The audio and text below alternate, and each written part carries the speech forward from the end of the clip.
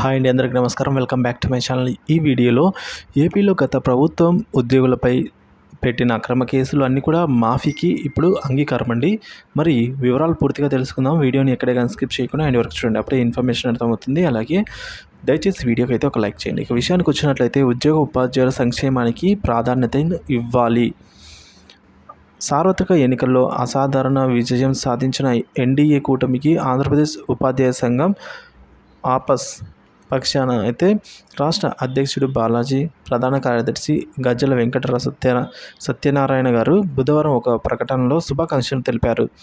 చంద్రబాబు నేతృత్వంలో ఏర్పడనున్న నూతన రాష్ట్ర ప్రభుత్వం పాఠశాలలకు విద్యకు తీవ్ర నష్టం కలిగించే జీవో నెంబర్ 117ను రద్దుపై మొదటి సంతకం చేసి ప్రభుత్వ విద్యా వ్యవస్థను కాపాడాలని అయితే ఈ సందర్భంగా ఆయన కోరారు. మెగా డిఎస్సి నిర్వహించి రాష్ట్ర వ్యాప్తంగా ఖాళీగా ఉన్న 25,000 టీచర్ పోస్టులను భర్తీ చేయాలని అన్నారు. ప్రతి పాఠశాలలో ఇంగ్లీష్ మీడియంతో పాటు తెలుగు మాధ్యమాన్ని కొనసాగించాలని అయితే అన్నారు.